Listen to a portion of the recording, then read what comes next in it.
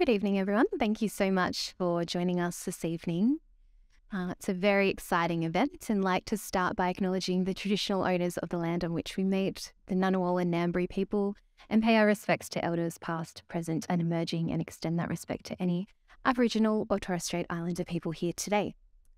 My name is Alicia Louise Lillington. I am the co-chair of the ANU Women's Alumni Network. I work in tech. I'm a big fan of Genevieve Bell.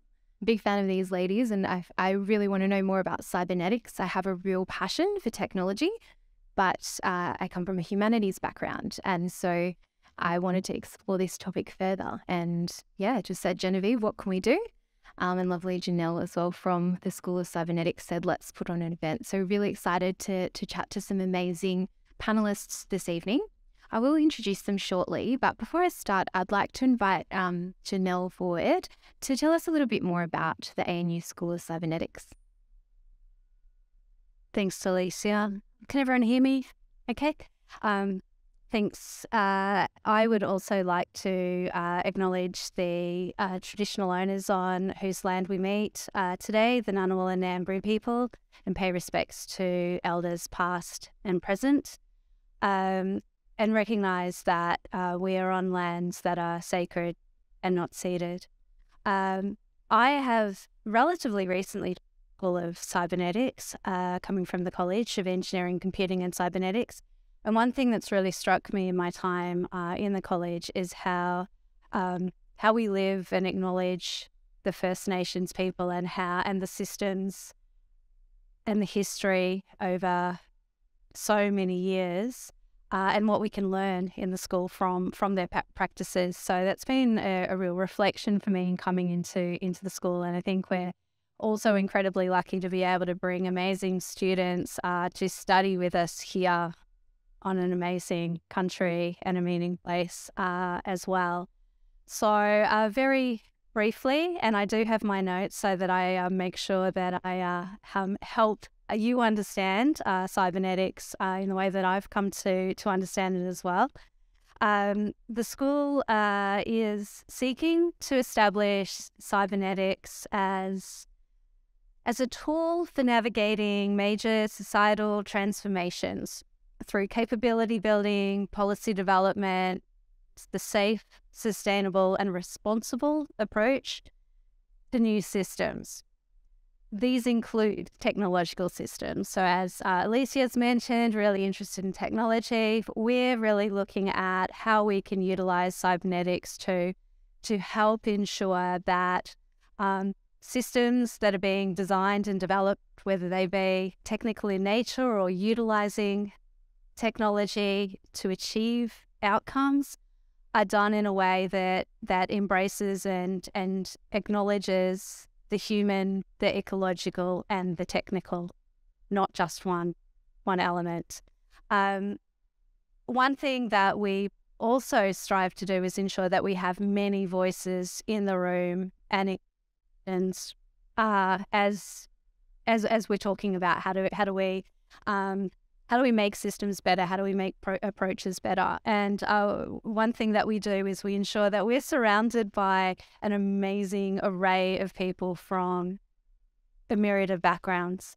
So yes, we have some computer scientists in the school, but we also have just as many artists and architects and lawyers and economists and people from the tech sector, people from the private sector, people from government, the not-for-profit sector.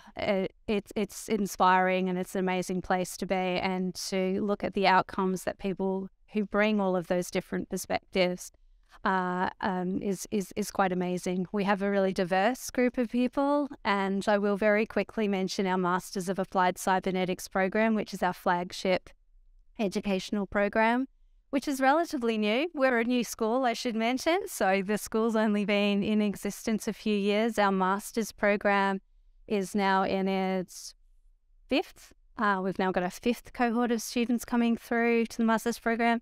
And it intentionally includes people from diverse backgrounds, both in terms of education and workplace, but also the many places around the world that they're coming from. We ensure that we have a really a representative group, and we're very proud to say that we have, at least 50% representation females, in those cohorts as well.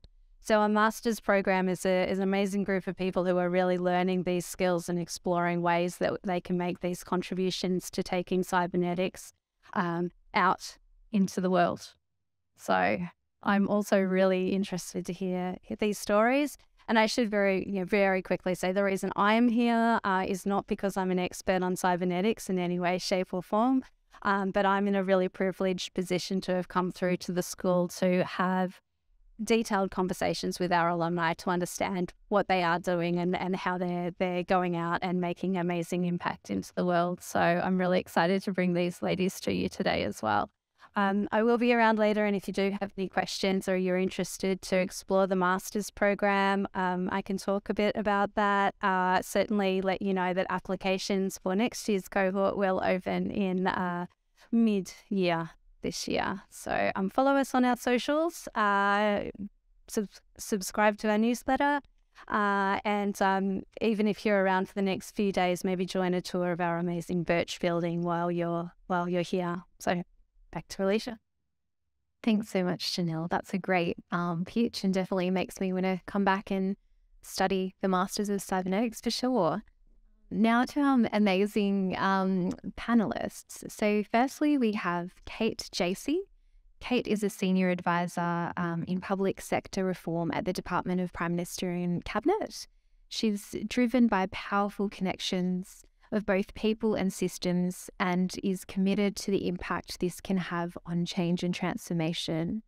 Kate's professional experience encompasses retail, local council, international banking and public sector across London, Singapore and Australia. Amazing. Her career has been built on great relationships and an ability to consider connections. More recently, Kate has been heavily involved in considering the talent pipelines of the Australian Public Service and how continuous learning is critical to building capability. Kate is currently working in the APS Reform Office, supporting an ambitious transformation agenda committed to building stronger service to deliver outcomes for the community going into the future. In 2022, she took a year out to complete the Master of Applied Cybernetics at the ANU, where she learned that having a voice in the automation of our world requires all of our voices in order to shape the future we all want to see. Welcome, Kate. I might start with the first question for you, Kate, now that we've given your bio. Is that okay? And I might just give the bio and then ask, because now that we've got that fresh in our mind, it's good to sort of see, okay, what does that mean in practice? Our first question for you, Kate, is what role can non-technical people, a lot of people tell me they're non-technical, that's what I always hear. I say, I work in tech, they say, oh, I'm not a tech person. So what role can non-technical people play in a technologist future?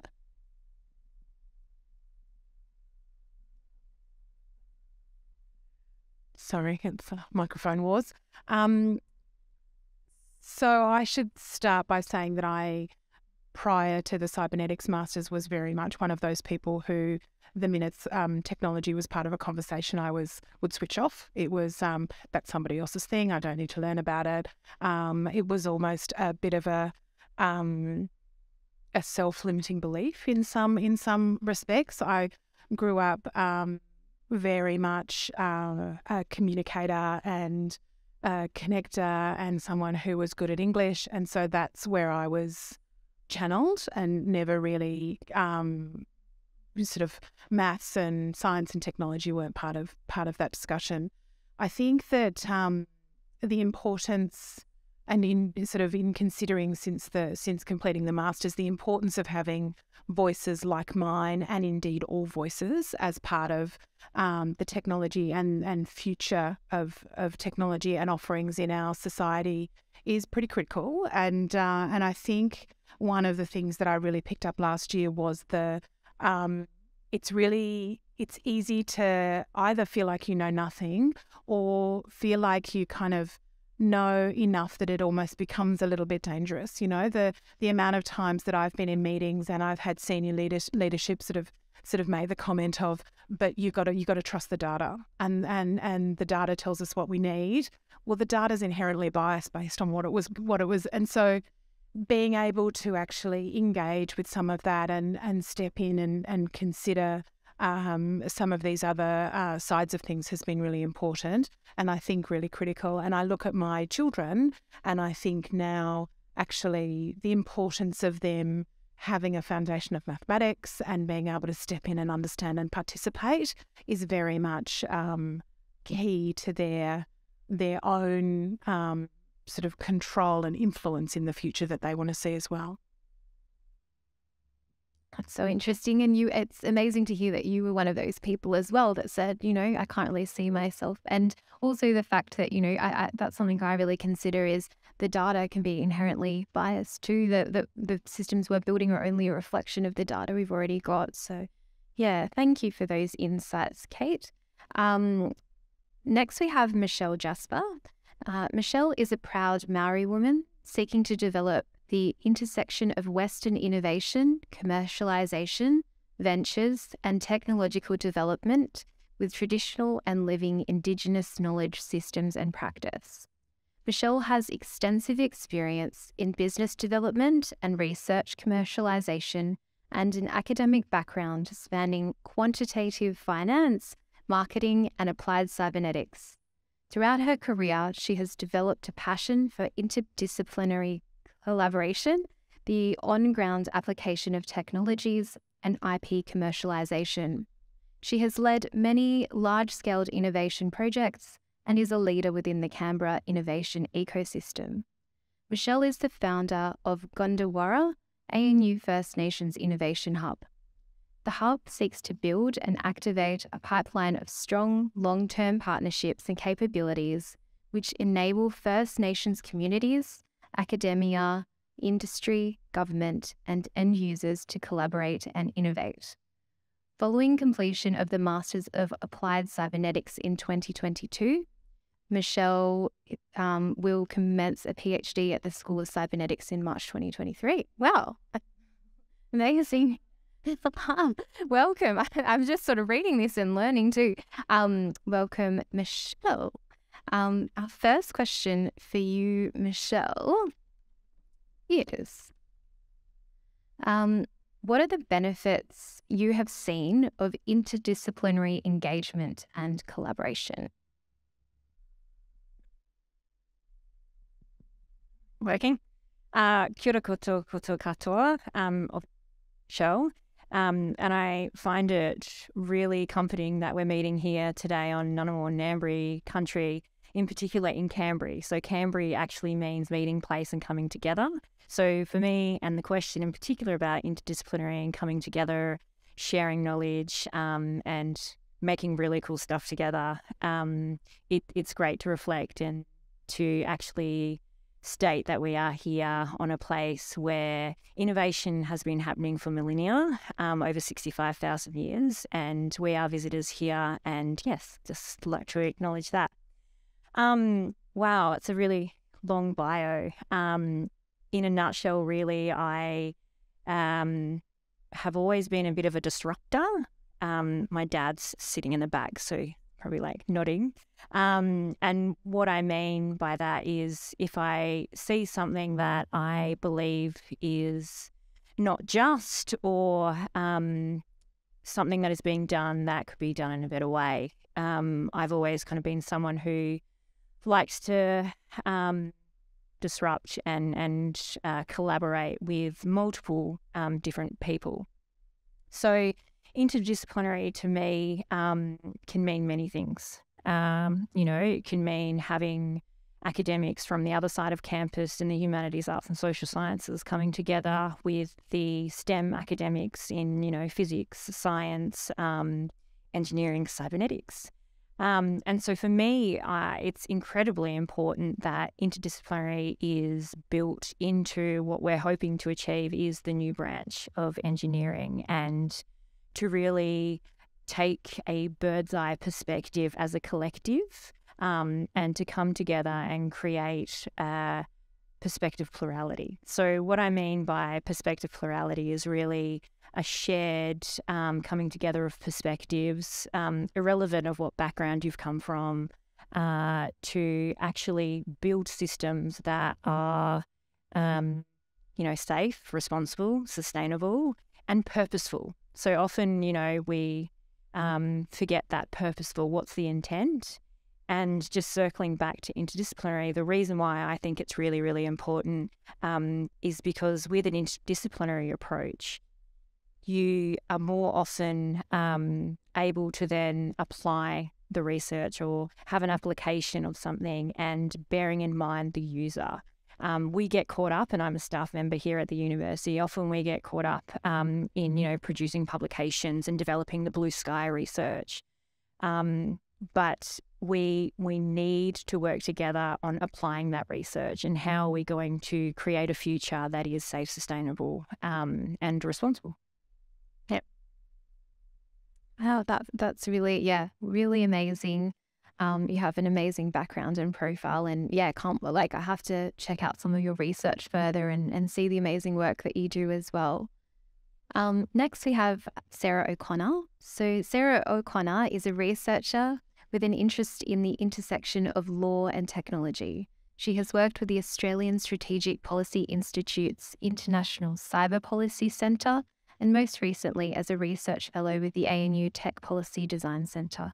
Sarah holds a Bachelor of International Relations with honours, Master of Laws in International Law, and Master of Applied Cybernetics from the Australian National University. She's also my childhood friend, which is amazing to end up here together after all these years.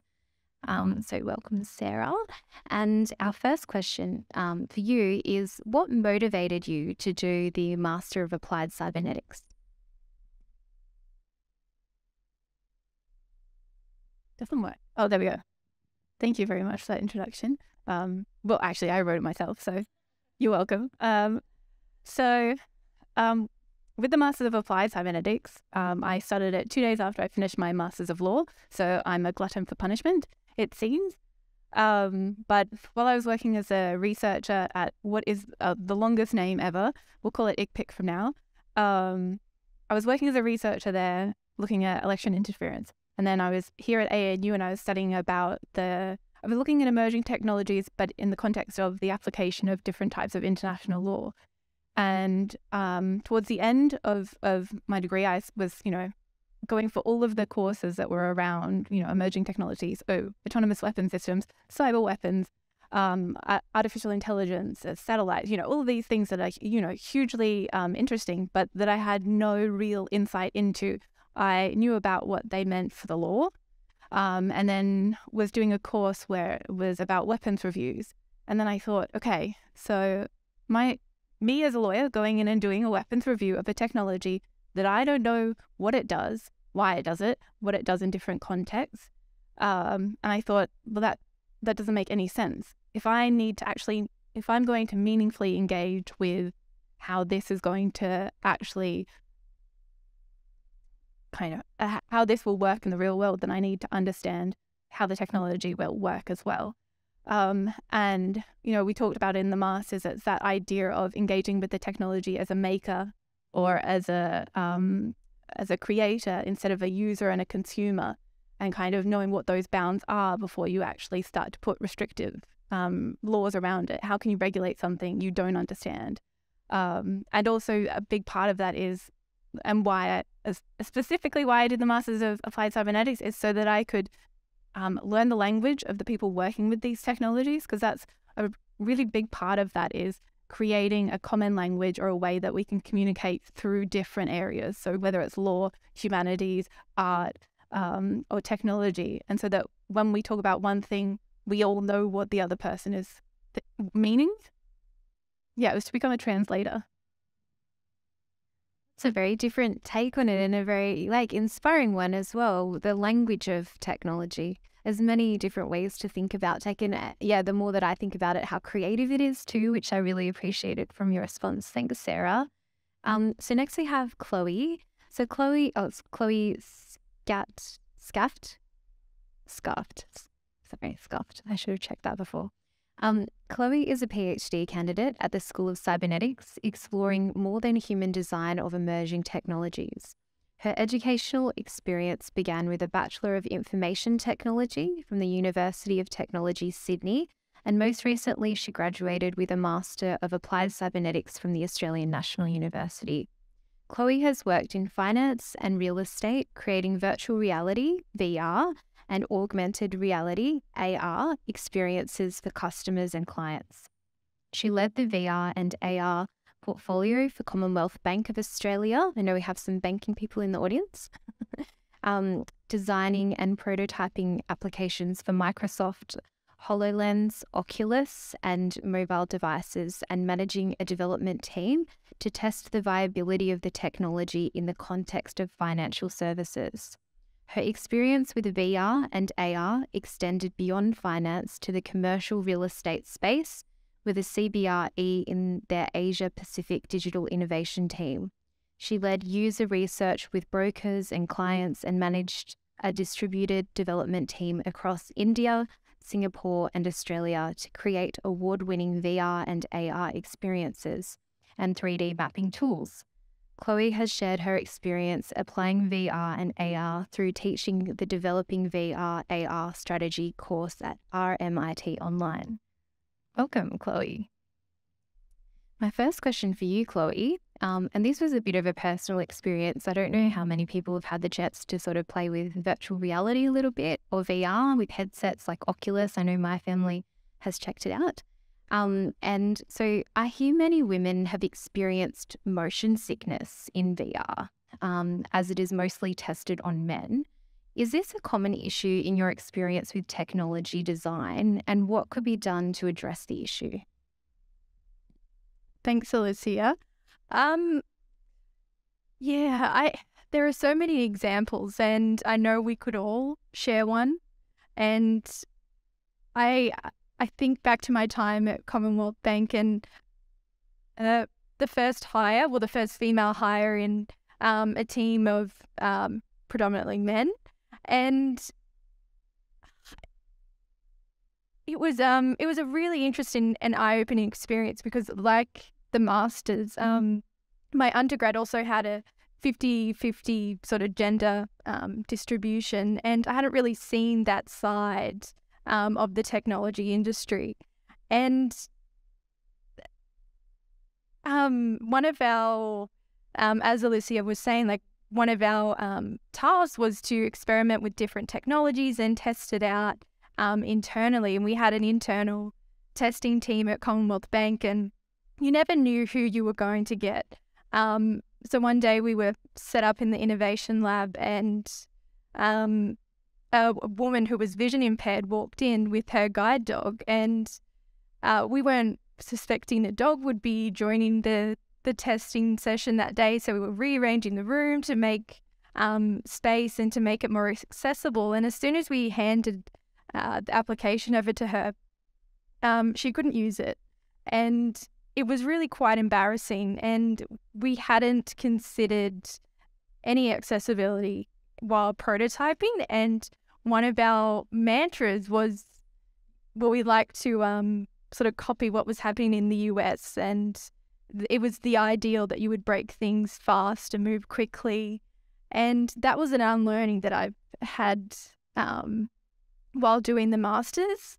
But at the time, you can see like the impact that has. And that experience, I haven't been able to forget, because that woman sat down with us and she showed us how to use the accessibility settings in the iPhone and gave us all this feedback of how to actually make this application accessible. And it is just, for me, one of the core examples in my professional experience of when this is what happens. Well, for you to ask the question, what happens when you don't have the right people in the room?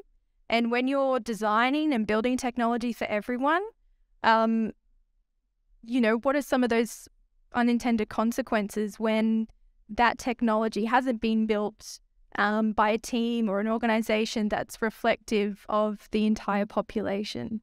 So for me, I think, Alicia, to your question around, one way to address this, and that for me is asking, do we have the right people, and making sure they're involved in the development and the entire life cycle of a technology.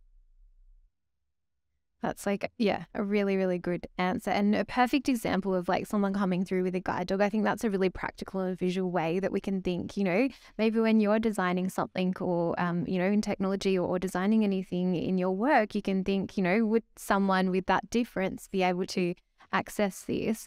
I always think of my grandma who's got a Hungarian background. Oh, sorry, we just got a spider. That's her. It's gone. Well done. That's good. Yeah, I always think of like my grandma who comes from a Hungarian background, and she goes to the doctor and she was feeling unwell. She had a bit of like a flu thing, and she's like, I've got a high fever. I'm like, oh, high fever, quick. You know, got to sort this out. But she had hay fever, but because of her accent. And I think it's the same thing with technology. You know, does it understand my grandma's accent, or is it going to say she's got a high fever, send her straight to hospital? So yeah, I think having those practical examples and thinking of people with differences when you're building solutions is always so important. And yeah, really, really good to hear that example. Thanks, Chloe. So our next question's for Kate again. So you have a lot of experience internationally. Are there any lessons you learnt from the connections you made on a global scale that we could replicate in Australia in terms of technology? I think there are there's probably two things that spring to mind.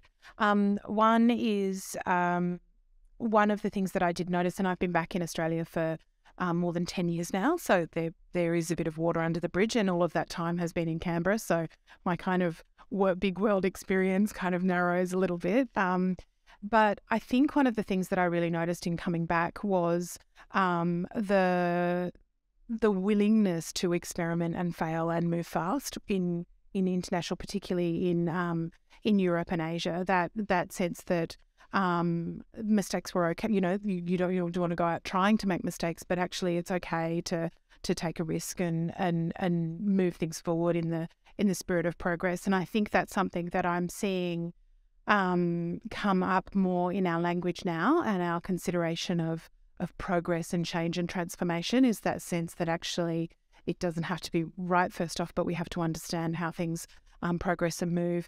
The other thing that is actually is one of those experiences that on reflection was really powerful, but at the time was pretty painful and pretty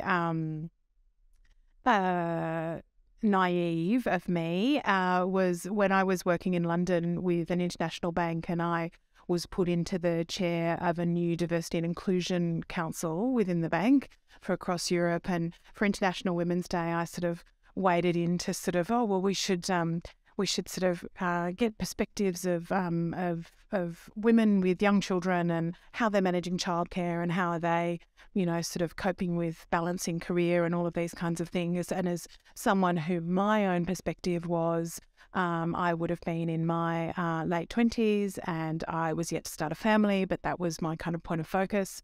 And actually, when we started going out to the 28 different countries that we were connected into, actually the challenges were so much bigger and so much broader and so much more diverse and so outside of my own understanding and my own experience.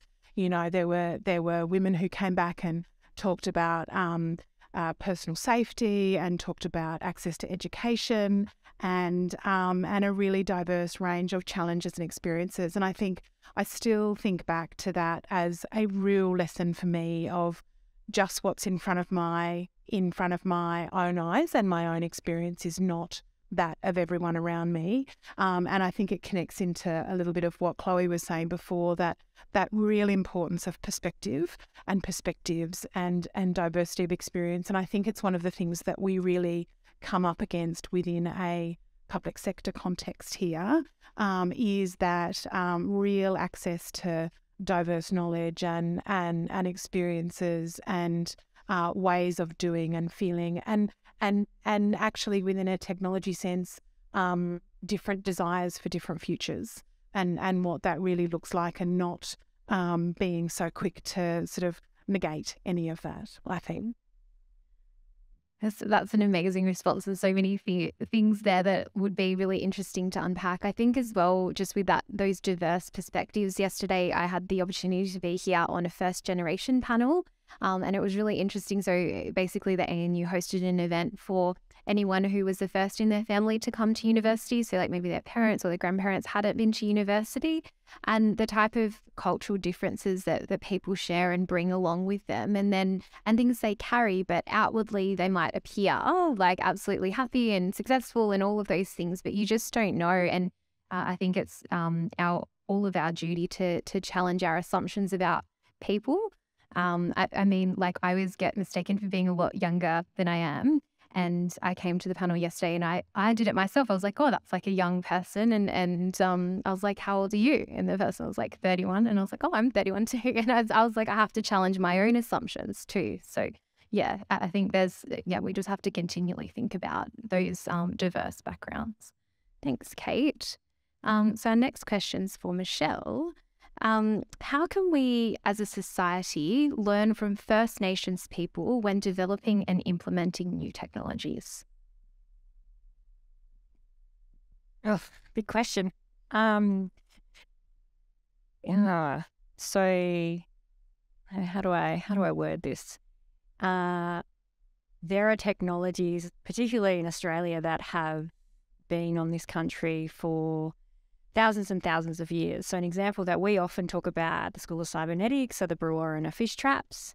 And that in itself was a technology, and a technology that was a sustainable one. So, the currents would come in and the fish would get trapped in certain sections. They would collect the fish, but it wouldn't overload kind of the system itself. So they were only taking out of the fish traps enough that they needed to kind of sustain the community there. Another kind of technology that I only recently discovered actually was the shearing handpiece. So my background, my family come from shearing contractors and farmers, and I never knew that the handpiece is an Indigenous invention. So the mechanics inside it is from David Unipon. So he's on one of the Australian bills. And so I started kind of unpacking and questioning what I like to call origin stories through the cybernetics, but the master's program. And so for me, it's as simple as, just do some digging, do some research, create a space in which you can have a conversation with, Indigenous people and get an understanding of what they have been doing for millennia. In particular, I often look to New Zealand, Aotearoa, where like my family are from, and the Indigenous economy there, now taking it back to kind of my commercialisation and ventures roots, are, it's a $75 billion economy, the Māori economy in New Zealand. When we look at it here in Australia, it's 4.88 billion. It's an untapped opportunity for the Australian economy. And so what we need to do, and what we are doing here at the Australian National University in the First Nations space, is we're kind of trying to create those special purpose vehicles in collaboration with colleges like Keck and schools like Cybernetics, the amazing maker spaces that are available here, so you can actually tinker and build and create hardware and software. So for me, it really is as simple as questioning your bias, and not coming from a deficit model. So, I as a technologist am providing a solution for Indigenous people who don't know anything about technology. Well, I've got to say they know a lot about technology, otherwise they wouldn't have survived for 65,000 years. So for me, it's about creating that space to have that conversation and to question your bias and your norms. Some really interesting stories there. And I think you're absolutely right. Just explore and learn. And I think, we can follow some of the stories you mentioned. You mentioned as well with cybernetics that you got the chance to unpack a lot of those traditional perspectives. I'm interested to know a little more about how the Cybernetics School offers those opportunities. I don't know if you could comment on that at all. Yeah, absolutely. I often speak about the School of Cybernetics with my director of Gunday, where I had on. It is creating that safe space and wanting to actually genuinely hear the perspectives of Indigenous people. And so the School of Cybernetics in particular, in the master's program, they offer an Indigenous scholarship. And so there is that opportunity to actually have, contributing to that capability and capacity gap. So more Indigenous people going through the program, and there by default more Indigenous feedback is going into the system, and the system is creating, new knowledge and practice, which has Indigenous knowledge embedded in it. Thank you so much. Sarah, we know you have a background in international relations and law, but how did you find yourself studying cybernetics or technology? Well, I spoke about it a bit first with the first question. I got my notes mixed up, so see if I cover it double. So in terms of international law, obviously there's that technology side. In terms of the masters, it gives you a completely new career pathway. You can come in as a lawyer and leave as a technologist or a cybernetician or however you want to call yourself, because that's really just a name. But part of it was an opportunity to go in and to be given a goal to learn to code, to collaborate, to be part of group projects, which is very different in international relations and law. Yes, lawyers and international relation practitioners, we do know how to work with each other, but it is not by default. We don't. It's a very independent and individual type of research and scholarship. Whereas, with the Masters of Applied Cybernetics, it was all about you're going to be in a cohort, you're going to be working together, you're going to build things together. And I guess also I was part of one of the very early cohorts. I think we were number 3. And, the idea that you could be part of a story of a new discipline, a new form of engineering, you could be part of that story at the beginning and help be in those conversations and not only hear them, but contribute to them and shape them. And who would turn that down? And I had the huge privilege of being able to invest in myself and take that year off and do that master's. And so really the opportunity was there. I had an interest in technology and how it applied to what I was already working in and had learned. And I mean, essentially technology is starting to is starting to find itself everywhere. And so being able to not be afraid of it and not what you were saying at the beginning, Kate, not going, coding, or it's not immediately thinking, I'm not going to understand, I'm not going to be able to contribute, and this is difficult for me, going, no, actually, all you need to do is continue to learn. And every 2 weeks, we had these new homework tasks. We had to learn to code. Yeah, I know it's trauma, but you had to learn to code, or we built little robot cyber-physical systems. I did one that had a smoke detector, like a CO2 detector in it. This is from an international law background. And now first week we said, you're going to build something by midterm. And I thought, what have I got myself into? And as Chloe pointed out the other day, I made a doorbell. I coded with the help of my cohort, and I used a soldering iron with your help. We used the laser cutter. These are all skills that I then learned, and it was through that Masters of Applied Cybernetics that it was kind of the skills that you develop in your undergrad or in whatever it is that you happen to do at the beginning of your life do not define what your pathway is or what you can do. It's just a starting point. So I hope that answered it. It was kind of get down off my soapbox. Boy, that was really inspiring and exciting. I guess, Sarah, I want to ask you a follow-on question, not to put you on the spot, but I guess my question is, how did the School of Cybernetics study differ from traditional subjects like law and international relations? I'd expect they would be more rigid and traditional and, that type of way of working. And then how was cybernetics different? Reflective.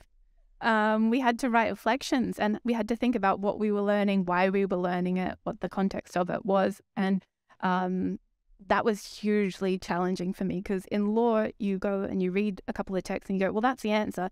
And well, for these reasons, that's the answer. It could be another answer, actually. But how are you defend what it is that you're saying. So law can be quite easy in that respect. Hard for anyone, but also easy because you have that structure. With cybernetics, it was also different. We did homework, and in law, you tend to be like, well, I can't tell anyone the answer. In cybernetics, it's like we had one of our cohort, Mirna. I think every week someone had a coding issue, and we went and talked to her, and she helped us. And so I think it's so true. And she wasn't a coder before either. So also learning that there was 10 of us in our cohort, and so that's 9 other perspectives that I gained in 1 year, and seeing how they approach reading text, what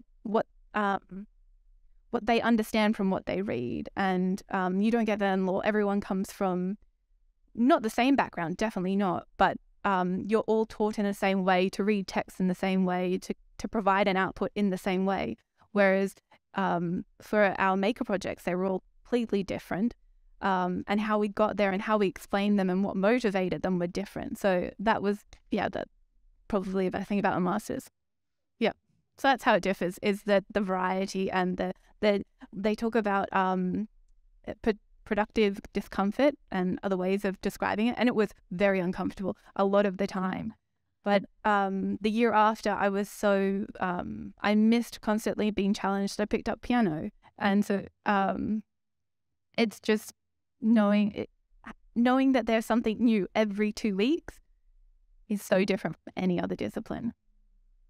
It's so very interesting, and great. So I think what really struck me about your response there was around, in some subjects it's like, oh no, I can't share the answer, but in this cohort you were encouraged and learning from those different perspectives. I think that's super cool. And I mean, we could learn a lot about that. I mean, I'm working in the public service myself at the moment, and I just see when we collaborate, we come up with better solutions.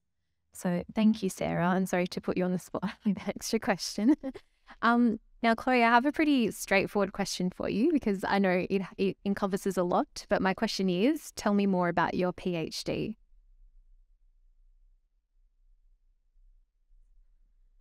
My supervisor. She'll tell me later if I've gotten any better at saying this. So it is a big topic, and I always think back to what's motivating me to stay at the school and not want to leave just yet. And I just think around like my experience working in technology, and I used to just be so frustrated with why we were experimenting with the technology for the bank and in real estate. And it was always around, you can't do that unless, we're going to cut or recoup some money there or reduce some headcount there, horrific things. And I wanted to have different conversations around using technology in industry. And I thought, I could have different conversations by just going somewhere else. But I think I really want to go back and start shaping those conversations that I used to have. And that was my main motivation for joining the Masters. And I still haven't gone back to do that because I've enjoyed being at the school so much. And it is such an incredible learning environment. And as Sarah's spoken about, the promotion of collaboration instead of competition it makes an incredible difference to the learning environment and how you learn and what you learn.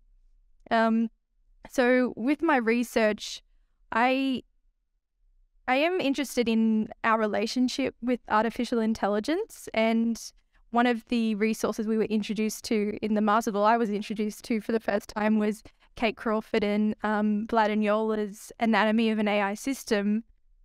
I think you're all shaking your heads, yeah. And that exposes the various... Okay. It exposes the often hidden infrastructure and very complex system of what goes into making and decommissioning a piece of technology, and it reveals that it's a repetitive and extractive process. And I just kept questioning, well, what's the opposite of this? What is, I hate to say, but appropriate use of technology, one that considers the societal impacts, then there are a lot of guidelines that exist around the use of AI. And the feasibility of it and when you should use it, but there's never any focus on what are those societal impacts. So I keep questioning, okay, well, how do we change this relationship? And I think we've all spoken about it tonight around perspectives. And I think one thing that I've learned about cybernetics, which can mean many different things to many people, but for me is the importance of making sense of complex systems through the perspectives of other people, and through my own experience. And I've just come to see how important that is, that you can draw new insights and make new connections when you adjust your lens and look at it through a different framing angle. And so for me, I'm looking at Western biology idea of symbiosis, and particularly mutualism, as a model or a guide to shape our relationship with artificial intelligence. So it's defined in textbooks as, the beneficial interaction between two or more species for survival. And of course, very inspired by David Attenborough's documentaries. I was like, how could I bring this into my work with technology? Identified. Some of those examples are. Is it because okay. Maybe it just wants me to wrap up. So I'm looking at, using mutualism as a model, so bringing in a different perspective, a different way of viewing the world, and how that might be able to shape how we interact with technology.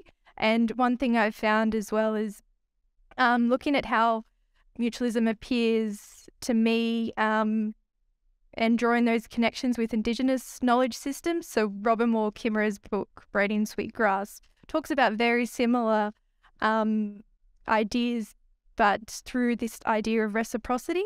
And I just think cybernetics is very open to drawing in those many different perspectives and to draw new insights. So that's what I'm looking forward to do. I'm coming to the end of my first year, so it's shaping up to be more of a tangible thing, but that's where I'm at the moment. That's awesome. Lots of great sources there for us to look at later, and some really great themes there, Chloe. Thank you so much. It's always hard to explain such a detailed document in a short way, but I think you did a really good job of sort of consolidating it. I gave you a challenge there. So that's most of our questions for tonight. I just wanted to open up to the audience and see if there were any audience questions this evening. Yep. Yeah, you can shout.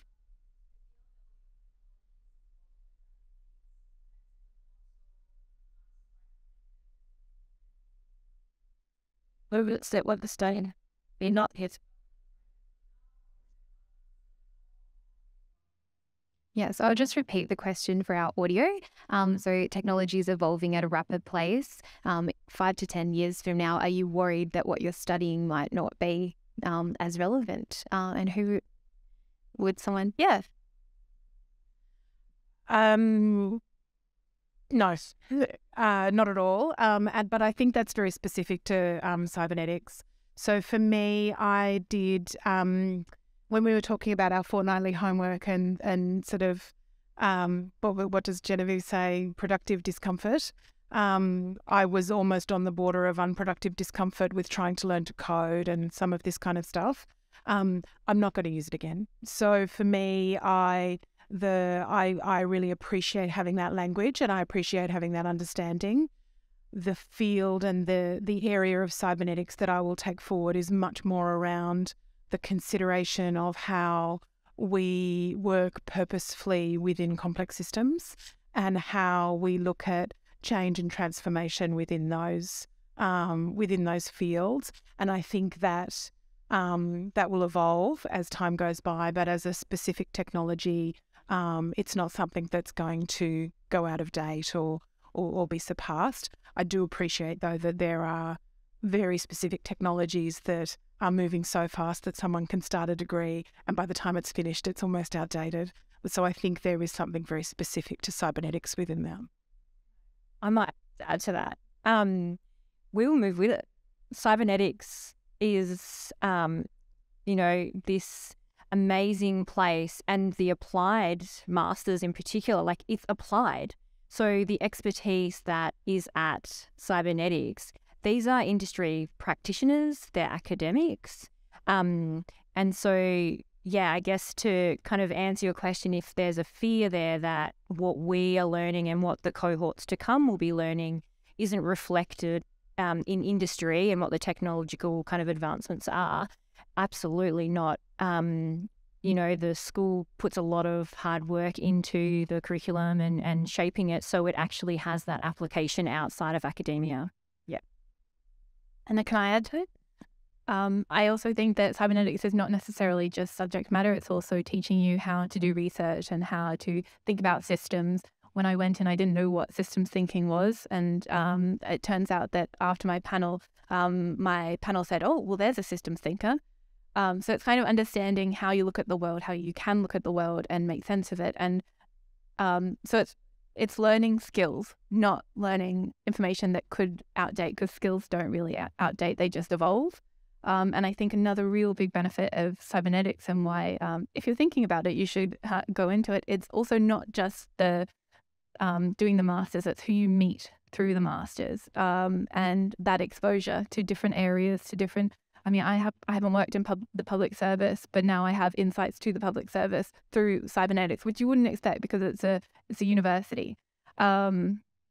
So I think as the people come into it from different areas, we're all going to be building it together, and that's part of what it is. It changes with the cohorts and with the times, and it's already evolved since I applied because it was the 3A Institute.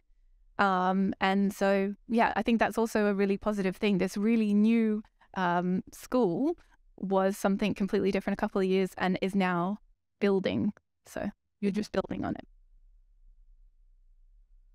Thank you so much.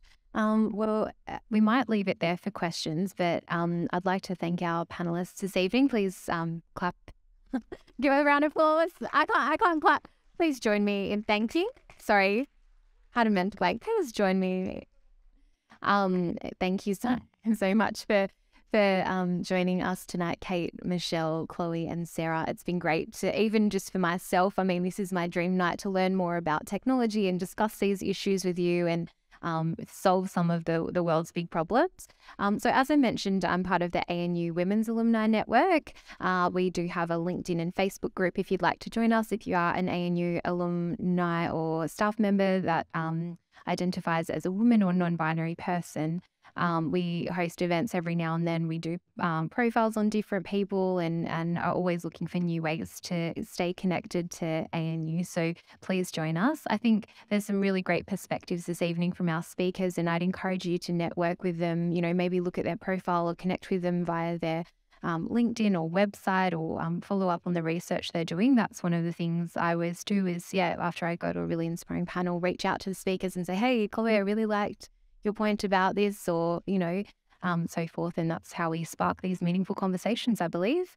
I will just get you to stay on stage and we'll do a little quick photo, and I do have a quick token of appreciation for you, which is Sarah, which I can run around and get myself because I didn't tell anyone else.